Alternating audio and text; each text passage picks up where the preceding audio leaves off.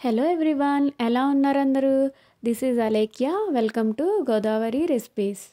ఈరోజు వీడియోలో మా గోదావరి ఇంట్లో ఎంతో ఫేమస్ అయిన బెండకాయ చేపల పులుసు ఎలా చేసుకోవాలో చూపిస్తాను.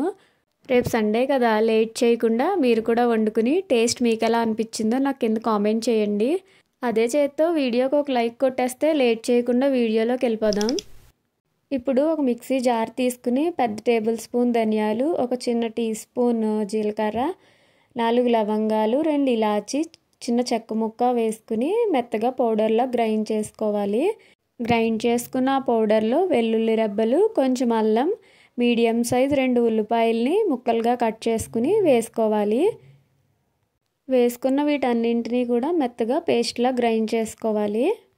ఇప్పుడు స్టవ్ ఆన్ చేసుకుని వెడల్పుగా ఉండే చేపల గిన్నె పెట్టుకోవాలి. మేమైతే చేపల దాకా అంటాం.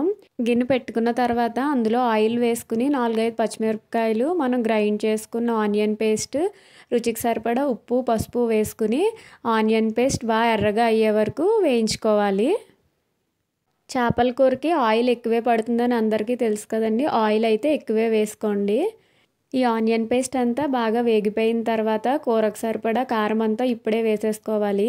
కారం వేసుకుని బాగా కలుపుకుని 1 నిమిషం పాటు ఫ్రై చేసుకోవాలి. ఇప్పుడు క్లీన్ చేసి పెట్టుకున్న చేప ముక్కల్ని నీట్గా పరుచుకోవాలి.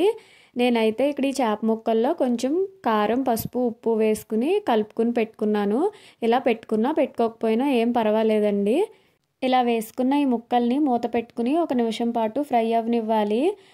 1 నిమిషం తర్వాత మూత ఓపెన్ చేసుకుని స్లోగా ఇంకొక సైడ్కి కూడా టర్న్ చేసుకుని మళ్ళీ మూత పెట్టుకుని 1 మినిట్ పాటు ఫ్రై చేసుకోవాలి. 1 మినిట్ తర్వాత మూత తీసుకుని మనం ముందే ఒక గుప్పుడు చింతపండుని వాటర్లో నానబెట్టుకోవాలి. ఆ చింతపండు నుంచి తీసిన చింతపండు రసాన్ని ఇప్పుడు ఈ ముక్కల మీద అయితే వేసుకోవాలి. ముక్కలు ములిగేలా చింతపండు రసాన్ని అయితే వేసుకోవాలి. చింతపండు రసం వేసుకున్న తర్వాత గరిటె పెట్టకుండా వీడియోలో చూపిస్తున్నట్టుగా ముక్కలను అయితే కదపాలి. ఇప్పుడు మూత పెట్టుకుని హై ఫ్లేమ్లో ఒక 10 మినిట్స్ పాటు పులుసును ఉడికించుకోవాలి. 10 మినిట్స్ తర్వాత లిడ్ ఓపెన్ చేస్తే పులుసు అయితే ఇలా ఒక పొంగు వస్తుంది. ఇప్పుడు పులుసులో అన్నీ సరిపోయినాయో లేదో మనం టేస్ట్ చూసుకోవాలి. ఏమైనా సరిపోకపోతే ఇప్పుడే అడ్జస్ట్ చేసుకోవాలి. నాకైతే పులుపు, కారం, ఉప్పు అన్నీ కరెక్ట్గా సరిపోయినాయి. ఇప్పుడు బెండకాయ ముక్కలు అలాగే స్లిట్ పెట్టిన పచ్చిమిరపకాయలని యాడ్ చేస్తున్నాను. ఇప్పుడు మూత పెట్టుకుని మంటని లో ఫ్లేమ్లో పెట్టుకుని ఆయిల్ పైకి తేలే వరకు కుక్ చేసుకోవాలి. ఇలా ఆయిల్ పైకి తేలిన తర్వాత లిడ్ ఓపెన్ చేసుకుని కొత్తిమీరతో గార్నిష్ చేసుకోవాలి. కొత్తిమీర వేసిన తర్వాత స్టవ్ ఆఫ్ చేసుకుని మూత పెట్టుకుని ఒక 2 అవర్స్ పాటు పులుసు చల్లారే వరకు పక్కన పెట్టుకోవాలి.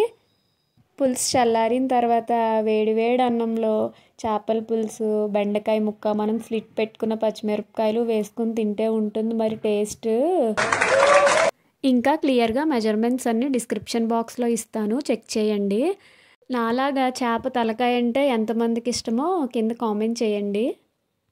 వీడియో నచ్చితే వీడియోని లైక్ చేయండి, షేర్ చేయండి, ఛానల్ సబ్స్క్రైబ్ చేసుకోండి. పక్కనే ఉన్న బెల్ ఐకాన్ యాక్టివేట్ చేస్తే నేను ఎప్పుడు వీడియో పెట్టినా మీకు నోటిఫికేషన్ వస్తుంది. Thanks for watching. Bye bye.